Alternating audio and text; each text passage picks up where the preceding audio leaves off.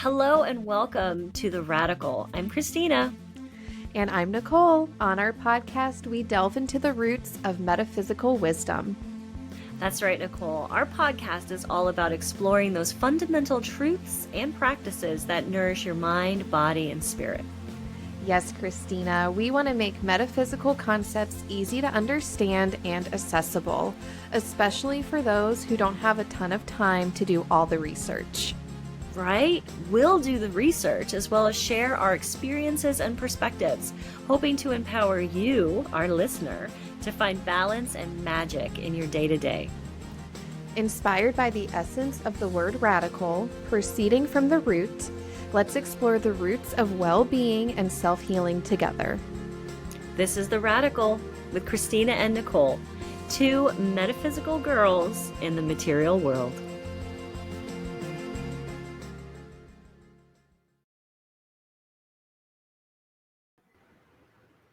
Hello, welcome to the Radical Podcast. I'm Christina. And I'm Nicole. Today we're talking about the moon. We start with a list of facts and information in the first segment. And in the second segment, we discuss our moon signs, the moon phases, some personal reflections. And as I'm scanning our notes here, I see Nicole has added some moon trivia. That's right. At the very end of the segment, we have our oracle cards. I have a message from the universe today. I'll talk about it when we get there, but I'm using the Wild Unknown Archetype deck. And I very much enjoyed learning about the moon while putting this episode together. I thought I knew a lot. I found out a lot of information. And for the sake of keeping this under an hour, I did not include mythology, which is so huge related to the moon, and deities. Is there anything that you mindfully left out? At first, I wanted to leave out tarot. Where we're going with this kind of series is we're building up to doing the birth chart and talking about the different components, the planets, the sun, the moon, the celestial bodies that make up your birth chart. Mm-hmm. So I was like, we'll talk too long if we include tarot because we're so into, tarot and oracle. Yes.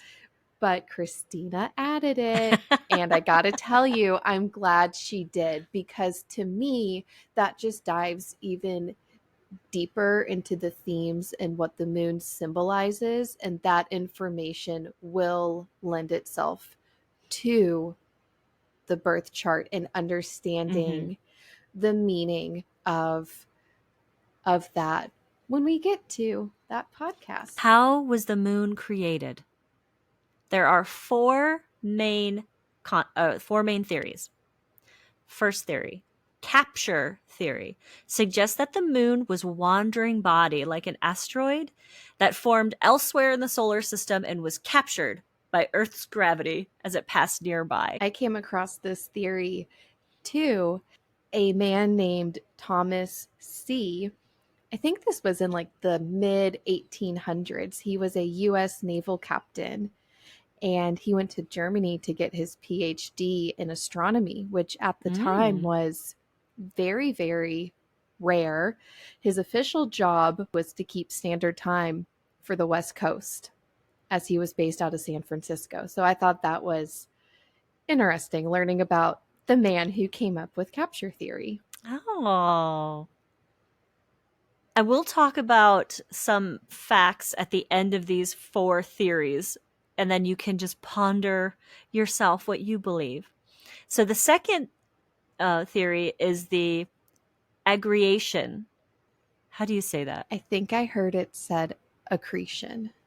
Accretion. Accretion. The accretion hypothesis proposes that the moon was created along with the Earth in its formation.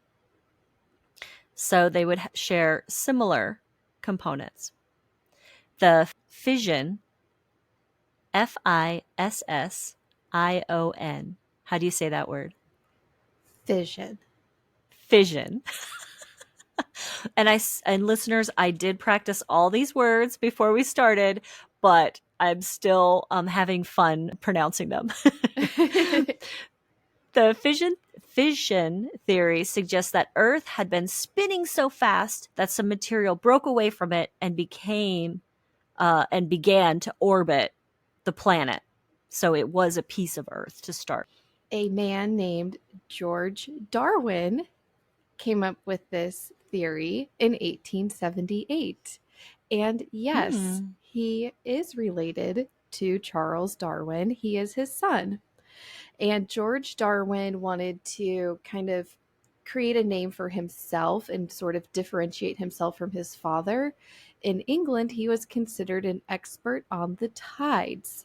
He wanted to use mathematics to prove this theory, but the math ended up failing him, and he wasn't able to prove this theory using mathematics. Oh, math. It always I gets you know. in the end, right? And then the fourth theory, the giant impact theory, is the most widely accepted today. I even saw a video mock-up of how this would happen. Did you see anything like that? There's I did. videos that the sign. Oh my gosh, it's fascinating. Go look that up. That was so interesting to see how materials act when they have that collision and then when they start spinning around each other. Fascinating. So the giant impact theory, this proposes that the moon formed during a collision between the Earth and another small planet. They say a planet about the size of Mars. The debris from this impact collected in an orbit around the Earth to form the moon. So, three things to consider in these four theories. If the moon was created at the same time or broke off from the Earth, then we'd expect the type and proportion of the minerals on the moon to be the same as the Earth, but they're slightly different. And then the Earth and the moon have remarkable chemical and isotopic similarities, so it can link the history. But if the moon had been created elsewhere and captured by the Earth's gravity, we would expect the compositions to be very different. So the Earth and the moon are different enough, but still too similar enough that none of these four theories can be outright proved. There's still a lot of speculation. It's not clear cut based on what the moon is made out of and what the Earth is made out of, which adds a little bit of mystery, which I like. Maybe we're not supposed to know how. We just know that it is. Yes, that struck me too, that these theories that you discussed, Christina, started kind of popping up in the 17, 18, and 1900s, so pretty recently. Mm-hmm. And even though we have been to the moon, we've collected rocks from the moon that allow us to sort of make these claims, it's still a mystery. We Mm-hmm. still don't know exactly. So, pop quiz: how many Ooh. moons are in our solar system? Oh, well, I know that those big planets have a bunch of moons. So I would say, I don't know the exact number, but I imagine it's in the tens. No, I'm going to say it's in the hundreds. Over 150. That stunned me. I knew Jupiter had a couple of moons. Yeah. And I knew Saturn did too. Because of the rings, they don't even know how many moons Saturn has. Have you seen that they're discovering, like, this could be a moon, this could be a moon, because of all the rings and the debris that's in it. So we don't even know. 150. Right. Wow. Yeah. One more. What type of rock was found on the moon during the 1969 Apollo mission that supports the theory of the giant impact? See, I know because I put together the next section that we're going into, so I know what kind of rock is on the moon, but I don't know which of those supports the theory. So I don't know. I will tell you. So it's lunar breccia. Ooh. Lunar breccia is formed primarily from the impact of meteorites on the lunar surface. I learned that the moon routinely just gets hit by meteors. These high energy impacts break apart the existing lunar rock and compact the fragments together through intense heat and pressure, creating breccia. And we will post a couple pictures of what this breccia looks like. It's actually, for as violent as the formation is, with the high intensity impact, heat, pressure, all that, they're really beautiful. So I found some Hmm. pictures and Okay. we'll post them. All right, let's talk about moon characteristics. Going right off of that question you just asked us, Nicole, what is the moon made of? It has a thick, rocky crust and very little atmosphere, but it does have a little bit of atmosphere. The pale gray rock is called anorthosite, and large basalt deposits, which are dark colored rocks formed by rapidly cooled lava. The lunar soil, which is this fine dust from the broken rock, is called regolith. The inside of the moon is a solid iron core that is very, very, very, very, very, very hot. And you know what else the moon has? A wee bit of water. In 2020, data from NASA's SOFIA, and that's an abbreviation, SOFIA, mission confirmed that water exists in the sunlit areas of the lunar surface as molecules of H2O embedded within or perhaps sticking to the grains of lunar dust. And what color is the moon? When you look at the moon from space, it's gray. But when you look at the moon from Earth, other factors are, or other things are in between us and the moon. It looks like it could be different colors. From Earth, we see a variety of colors. The moon reflects the sun's light, sending it through the atmosphere, and that creates different effects. At night, the moon appears yellow. But when you see the moon in the sky during the daytime, that is like one of my favorite things, is to see the moon during daytime. It looks white, right? Just like bright white. The more dust in the air or pollutants or volcanic explosions, all the things that are happening on the planet make it appear yellow, orange, blue, different colors, different hues. It's all very dependent on the path the moon is taking and where we see it from. So whether the moon is on the horizon or right above us, that's how much atmosphere, dust, and debris you're looking at. You're looking through to see the moon. So all that affects it. And that's where that color comes from, our atmosphere. And finally, etymology. So the word moon can be traced to the word mona, an Old English word from medieval times. Mona shares its origins with the Latin word metri or metri, which means to measure, and mensis, which means month. So we see that the moon is called the moon because it was used to measure the months, to measure time, because it has such a steady, predictable orbit around the Earth. And we have a pop quiz. I like this one. In the 1600s, the moon's dark areas or dark spots were called Marias, the Latin word for Oh. seas. During this time, it was thought that those dark spots on the moon were seas, bodies of water. Which of the following was one of the names given to these Marias or seas? A, the Sea of Storms, B, the Sea of Crises, C, the Sea of Tranquility, or D, all of the above? It's so funny. It's like storms, crisis, tranquility. Yeah, Well, I've heard of the Sea of Tranquility, but I have not heard of the other two. So I'm not sure. it is D, all of the above. Oh, okay. Hee hee. um, yeah, they named the seas or the Marias based on the effects that they thought the moon had on us. The Sea of Tranquility. That just captures my imagination. I've not looked at I've seen pictures of the moon. I've seen maps of the moon, but I've not studied it. And I'm sure I've seen somewhere the names of all the areas of the moon because they do.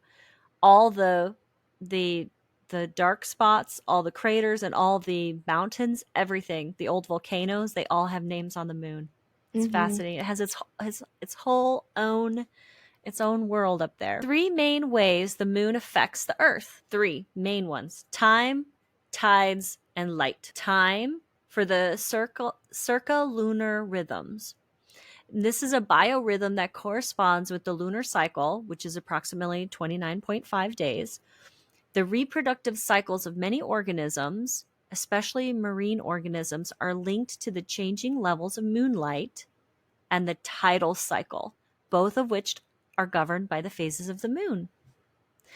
Insect population rhythms, animal migration patterns, hibernation, reproduction, and molt cycles. All of that tied to circa-lunar rhythms. And for many animals, particularly birds, the moon is essential for migration and navigation. And I talked about reproduction with the phases of the lunar cycle. And then listen to this. The moon has helped stabilize Earth's orbit and reduced polar motion, which means that this has aided in producing our planet's relatively stable climate, which means we have predictable seasonal changes. So how much has that assisted with life on Earth? I would say it had to have made life completely and entirely possible by keeping the Earth's axis relatively straight up and down. It keeps the North Pole to the north and the South Pole to the south. And without that stabilization from the moon, what I understood from my research is there's really nothing stopping the Earth from letting the North Pole tip sort of all the way to one side or the other. And there would be no seasons. It would be, I think, unlivable. Yeah. Well, life would be completely different. Our sense of time would be different. Would have any life emerged out of the seas?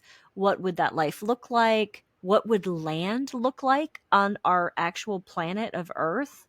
So I had no idea that the moon had that much effect on it. I knew about the tides and, I knew about like the month, but how it stabilizes our actual rotation and our place in the universe. Yeah. That Earth wouldn't be Earth without the moon.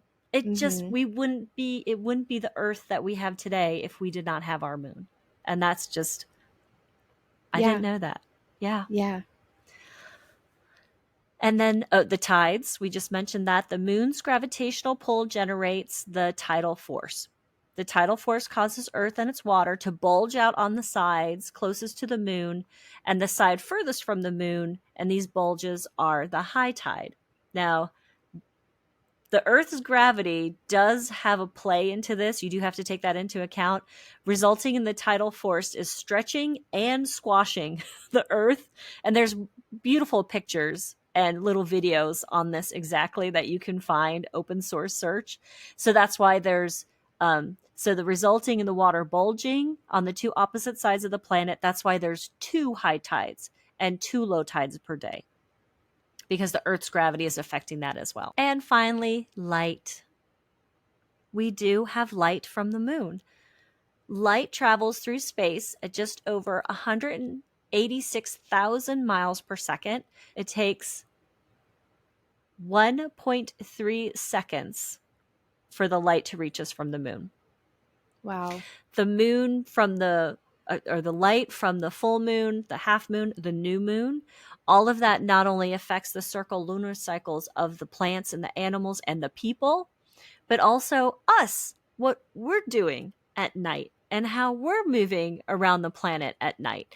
And we have a lot of artificial light now, but there's still a lot of people who don't have that, and their cycles of what they're doing and how they're doing it is affected by how much moonlight there is at night. When I was in the military, we used to have a calendar with how much illume we had every night based on the cycle of the moon.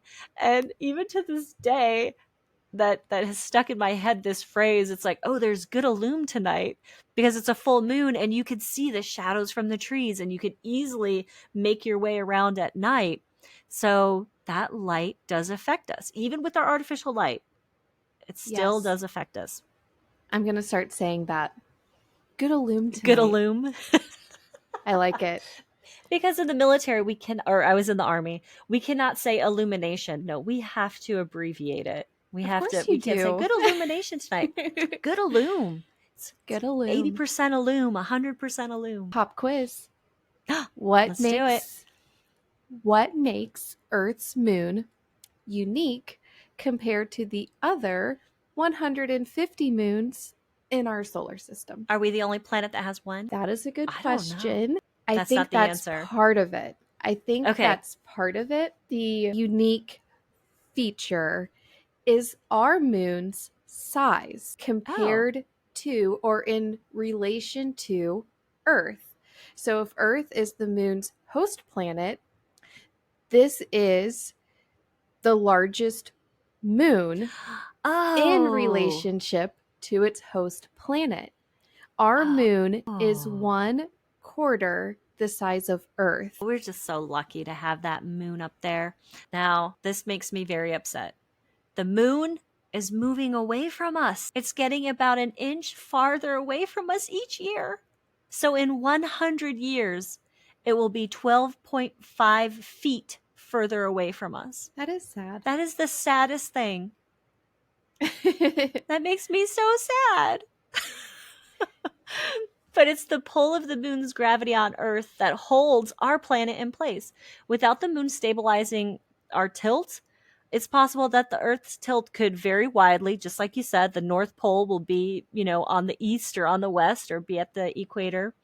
Or it would mean we would have no tilt. We would have no seasons. And then the large tilt would be weather extremes, ice ages, So we'd have less tides, lengthening of the day, no more solar eclipses. And we would have more asteroid impacts without our moon. The moon. Boy. This is so sad.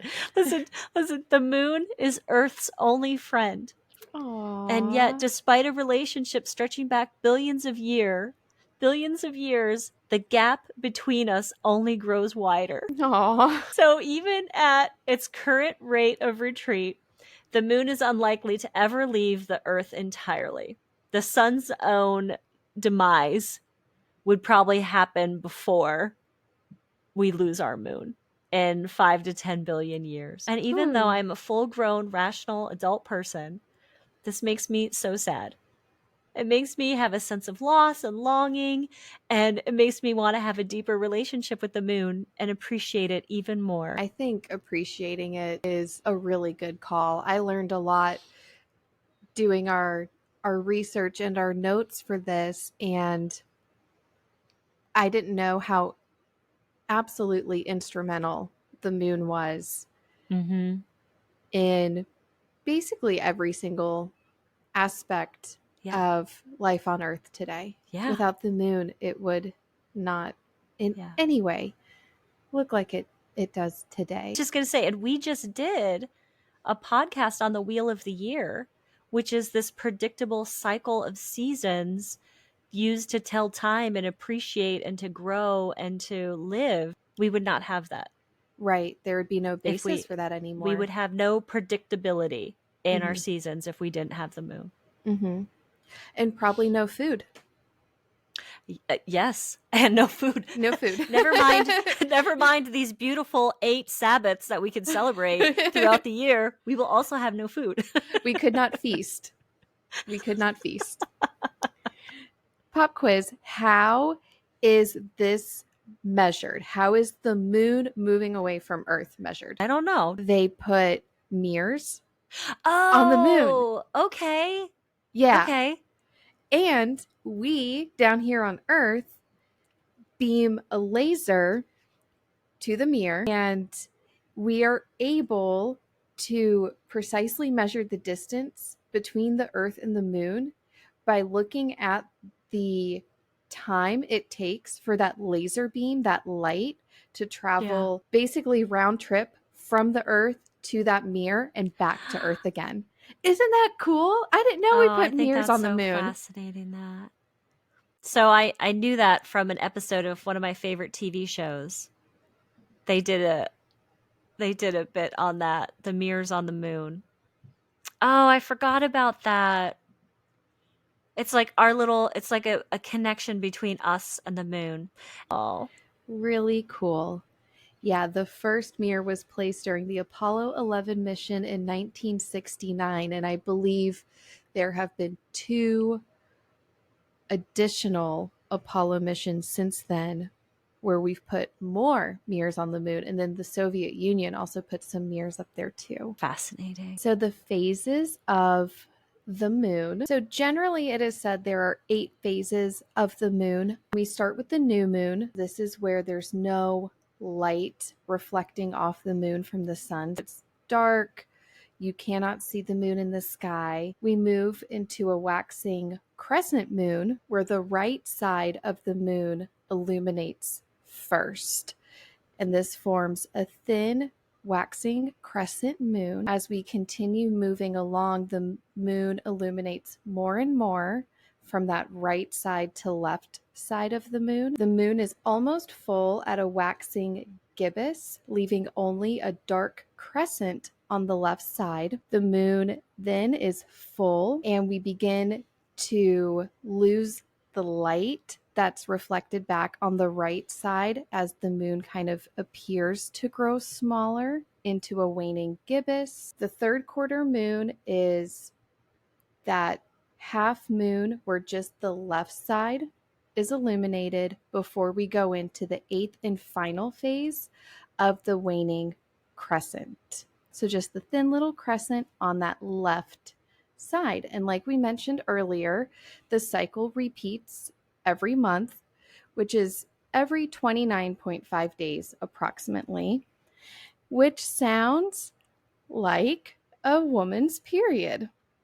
If you start paying attention to the moon phase on the first day of your cycle, you'll notice how things shift over time. Maybe one month it's with the new moon, and then maybe over time you start to notice, this has happened to me, all of a sudden you're aligning your start date with the full moon.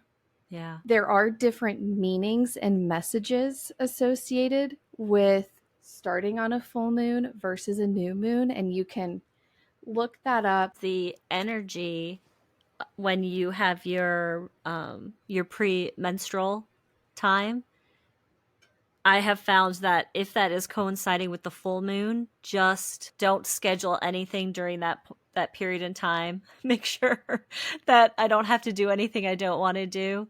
I have noticed how it changes. That it was coinciding with the full moon months ago, but it's not anymore.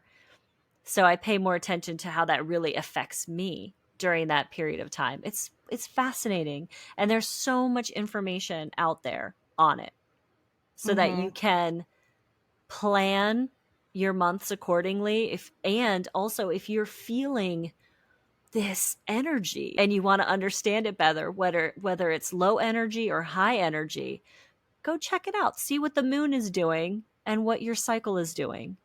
And, use that information to help yourself take care of yourself. Yes. Pop quiz. What is the etymology of gibbous? I have no idea. Gibbous means humpbacked in Latin because the moon is rounded and swollen looking during a gibbous phase. That's when it's approaching full. So it means humpbacked. Some metaphors associated with the moon phases, some rituals. In pagan belief systems, the triple goddess is represented in the moon phases. Our new moon is the maiden, full moon, the mother, the waning crescent, the crone. We've talked about that triple goddess before and all the metaphor you can draw from that, but we do see it again laid out and tied to the moon phases. I've always heard also this metaphor of the moon phases and that progression through the month as planting seeds of intention at the new moon and the growing cycle and the seed or the plant or the tree reaching maturity at the full moon. And that's your time to prune and kind of trim the tree, followed by a period of releasing and clearing, which gets you ready for the next new moon or new growth cycle before you start all over again. That's the first way I learned and retained what is recommended to do from a ritual standpoint during the different phases of the moon. Each phase of this yang and yin cycle has suggested rituals or the best timing for certain practices. That's another way to think about it. Just a couple examples. When the moon is almost full, this is a great time for divination practices. This could be your oracle cards, your tarot cards. And the reason for this, our intuition is said to be amplified during this time.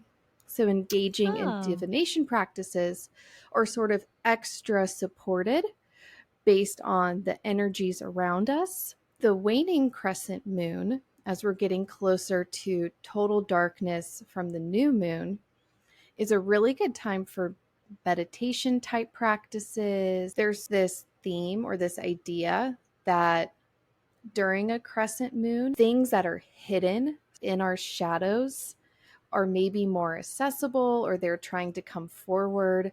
So anything that's meditative, self-reflective, or encourages introspection is supported during a waning crescent. Makes sense. We have a couple special moons outside of your standard full moon or new moon. A super moon is a full moon that occurs when the moon is at its closest point to Earth, known as perigee. It is thought that because the moon is closer, the energies sort of associated with the full moon have a greater impact, such as a greater impact on the tides. We get a super moon about every 14 months. A mini moon is a super moon's opposite. This is when the full moon is at its furthest point from Earth. So it's thought that this type of moon has a lesser impact on Earth than the typical full moon. A blue moon is the second full moon within the same month. That's where that saying, it only happens once in a blue moon. That's because a blue moon is rare, occurring about every 2 to 3 years. Because it's rare, it is said the full moon energy is amplified even more. A black moon, same concept, but for a new moon. So the second new moon in the same month, it's an extra great time to plant those seeds of intention. And a blood moon is a full moon that coincides with a full lunar eclipse. It usually has a reddish appearance that we're not used to seeing on Earth. And that has to do with what Christina talked about earlier, like pollution or just other earthly elements. Volcanic activity. Yes. That sort of thing, sort of giving the moon that color that we see. It is said that deep insights and deep awareness becomes available during a blood moon. And I love, each month has a full moon name. For example, August is the sturgeon moon. This comes from the sturgeon fish that was really abundant in the rivers and the streams at that time. February, the snow moon. These are just a couple examples. There are so many names for each of the 12 full moons in a year for each of the months. Most of the names I'm familiar with and have heard the most are from the Native Americans, but you do get other names from folklore, the moon, and the birth chart. The moon sign. The moon sign. My moon sign is Taurus. When I'm looking at my birth chart and I'm looking at my moon's placement, what I'm looking at is how the energy of, in my example, Taurus, impacts the areas that the moon symbolizes. So the moon is our symbol for emotions, intuition, our moods, our temperament, and how we take care of ourselves, or self-nourishment. So just very briefly, you can go super deep with it, but the moon, because it represents the emotional realm and self-nurturance, this goes naturally and goes well with Taurus, my moon sign, which has the traits of being stable, relaxed, comforting, comfortable. So I have a lot of ease in my moon sign. The moon kind of supports the sign of Taurus and vice versa. So it does feel very plush, comfortable, cozy, nurturing, peaceful, calming. My moon sign is Sagittarius, and I also see the moon as symbolizing everything that you just said, Nicole, but also need for security and your inner anima, your true inner self. I connect with my Sagittarius moon much more recently than I had when I was younger, but I didn't delve into astrology like I do now. And the past couple of years, I've gotten much more interested in it because I have a clearer sense of who I am. So, my moon in Sagittarius, Sagittarius is a fire sign and the moon is a water sign. And for you, Taurus is an earth sign, earth and water, and then I have fire and water. You just think about kind of how those are different. My moon sign, I connect with it by stepping away from crowds to connect with myself. So, independence, a gravitation towards nature. And now I understand why I am so drawn to travel, journeying, and freedom, and to put my emotional self in there. It makes so much more sense in the Sagittarius way of I'm much more big picture and abstract in the way that I relate to emotions. And I could be opinionated, much more philosophical and unconventional, to the point where emotions make me uncomfortable, and how I deal with them is to try to make a joke about it or to philosophize with the person and their emotional issues. And now I understand why that is, where that comes from. And I'm okay with it because I know that's something that I have to work on when I'm dealing with people, is that my first response is avoidance. So I take that information and I bring it in, and then I use my other tools in my toolkit to actually find a way to relate to that person who's hurting and not to run away from my emotions. Because I feel that the Sagittarius in me does not want to talk about my emotions. does not want to does not want to do that. But that, I mean, we could do a whole podcast on our moon signs We because there's could. so many layers, so many elements, so much deeper to that. We didn't even talk about what house our moon is in. Right. So a lot more to that. A lot more to that. But getting to know my Sagittarius moon has helped me deeply in getting to understand my relationship with emotions, and also my deep desire for freedom and independence. Yeah. And you saying that you gravitate towards nature, that's another moon and Taurus characteristic. For a different reason, maybe, because Taurus can get a little, what is the word? Overindulgent. And so using nature to come back to the middle, not indulging in alcohol, Yeah.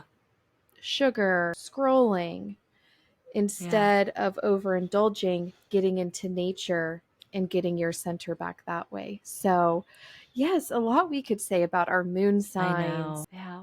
what I find is for every key I get that unlocks another truth about myself, behind that truth is the shadow of what I need to work on. Like that it's okay that you're emotionally distant, but you need to know that. You need to know who you are and understand how that affects the relationships that you're in.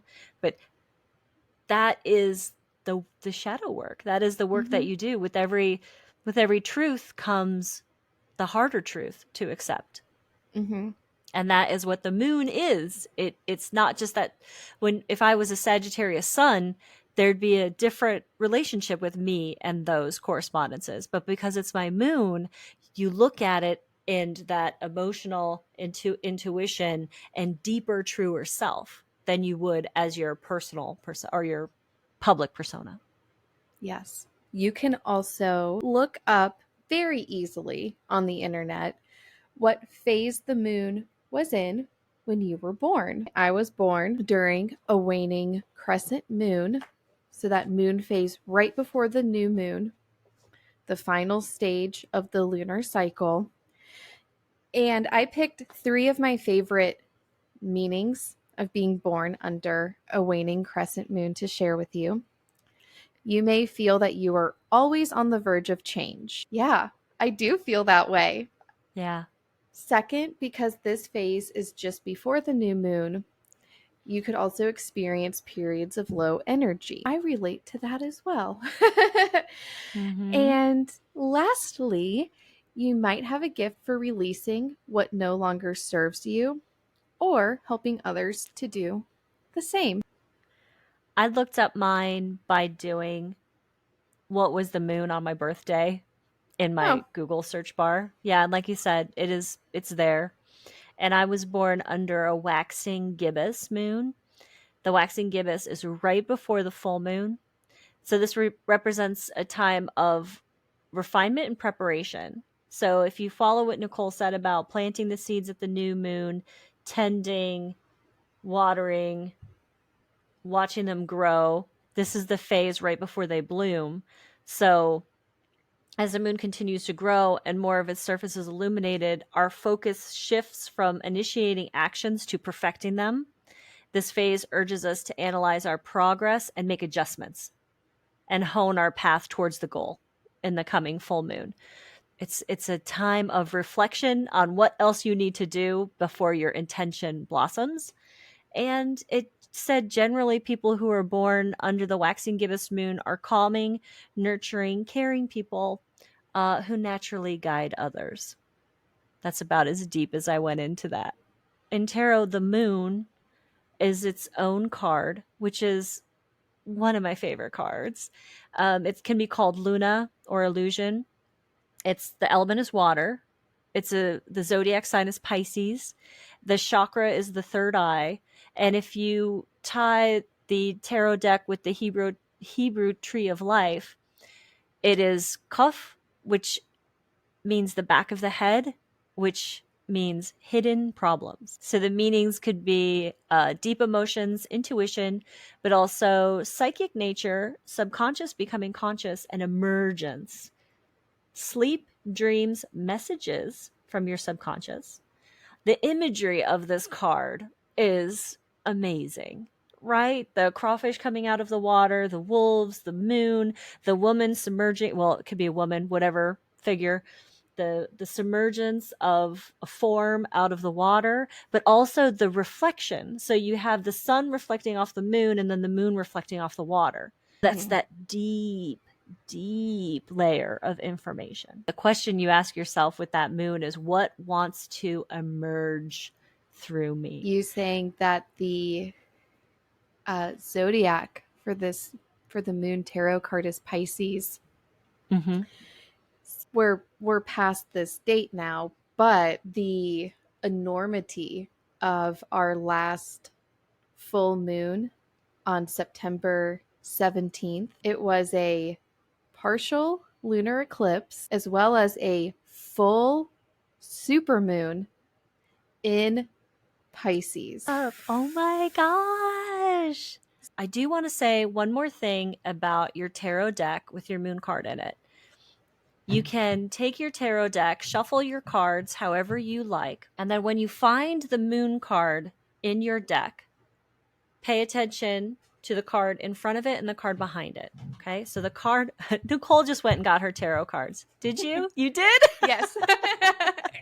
I tried to tiptoe quietly. Yeah. Well, I saw her leave the screen. So the card behind it is the message is what wants to emerge. And the card in front of it is how you can do that. Okay. That's one interpretation. Find the moon card in your deck. The card behind it could also be the message from your subconscious, and the card in front of it is your conscious message, your conscious mind message. So those are two ways to kind of look at how that card and the cards on either side of it can be interpreted by you. I was totally inspired by that tarot trick we found about the death card with this. And as I was typing this up, I'm like, oh my gosh, I love that trick so much. And with the moon card, it totally makes sense to use it kind of the same way, but use your interpretations of what the moon card means and then how you relate to the card behind it and the card in front of it. It's completely up to you. Those are just some suggestions that came to me, that the messages that I got from the universe about using the moon card in your deck. Are we ready for our oracle cards? Yes. Okay. Today I'm using the Wild Unknown Archetype deck from Kim Kranz. I really like her work. I have 3 of her decks. I have the spirit animals, the tarot, and the archetype. The cards really spoke to me today, and I wanted to pull 2 cards, A and B, because I'm going to do, a bit of reading. But the universe said you need 1 more card. So there's an extra card. I would like for you, our listeners, to pick A or B, and then that's your card. And then the final card is a card for all of us. And that should help us interpret our first archetype cards. Okay, my friend, choose A or B. Card A. The tear. The morning, the release, the rain. Tears are droplets of letting go. Once they begin to fall, we allow the swelling tide of emotion to run its elemental course. Often, the tear is what is needed in order for a conversation or situation to break into the next level of intimacy and vulnerability. Some say that tears are so powerful in softening our egos that they open up a portal to the unseen world. Through our watery eyes, the ancestors catch a glimpse of us, and we are reminded of their internal embrace. We see our humanity, our humility, and we allow ourselves to be held. It is likely that this card appears when there is grieving yet to do, a sinking down into disappointment or despair that, once acknowledged, will bring a shimmer of clarity to our dewy eyes.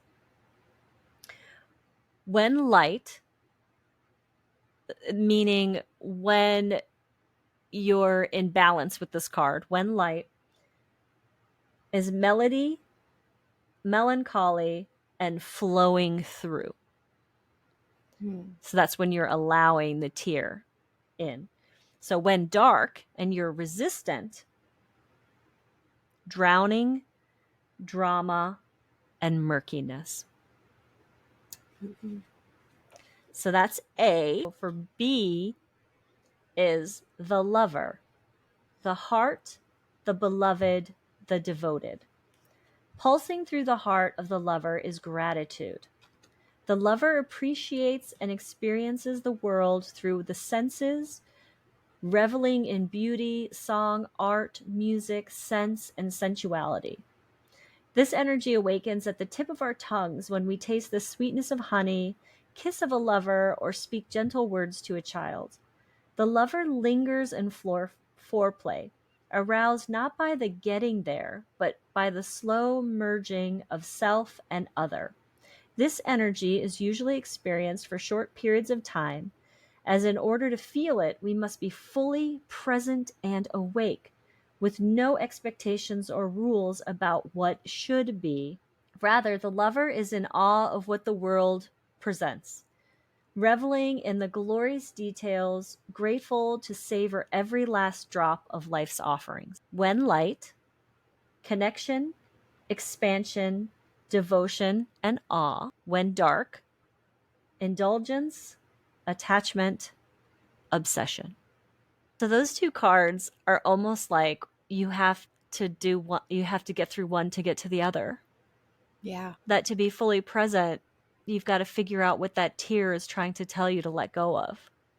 Okay, so the final card, which was the universe just told me, pick this card, is for everybody. And this card may assist in clarifying the other two, is the creator, the artist, the alchemist, the innovator.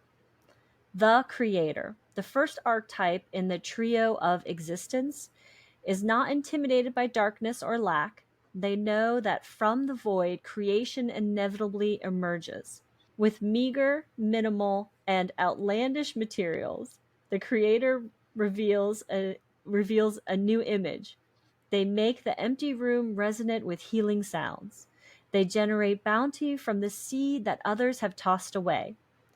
Through though generative, this archetype annihilates preconceived notions of what is possible, leaving unexpected openings in the wake of its destruction.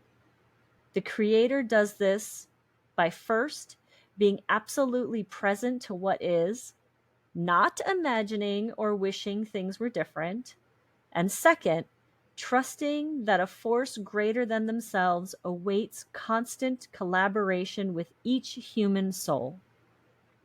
Whether we call it nature, God, goddess, Shakti, or divinity, it remains nameless.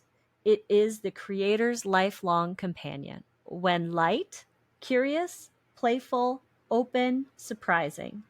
When dark, loses spark and feels burdened. As we record this, we are at 100% new moon.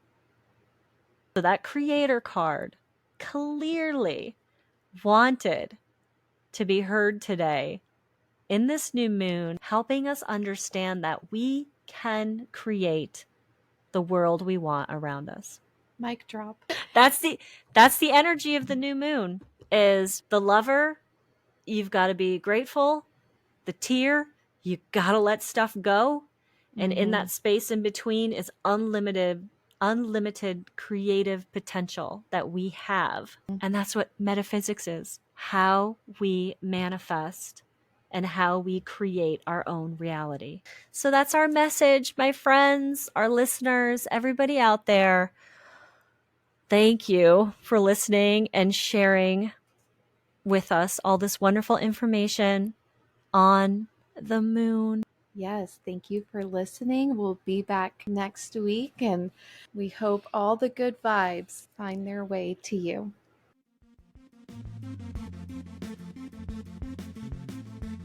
Thank you for listening to this episode of The Radical. The Radical is written and produced by Nicole and Christina.